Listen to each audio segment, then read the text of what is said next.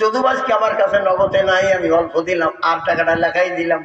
হুজুর আমি 10,000 টাকা, আমি 2,000 টাকা, আমি 1,000 টাকা দান করলাম। বাবা রে, যদি কোনো পাগল গুনাহগারের সামনে আল্লাহর কালামের জন্য একটু কথা বলেন, আল্লাহ আপনাকে কাল কিয়ামতের মাঠে নূরের তাজ মাথায় দিই, আল্লাহর জান্নাতের মেহমান আপনাকে বানাবেন। এমন একটা জান্নাতি মানুষকে এই জগতে আছেন, প্রথমে একটু হাত তুলে বলেন হুজুর। আলহাজ আব্দুল মান্নান সানা, আমার আব্বা, আমার আব্বার বাড়ি গোপালপুরে পাশে।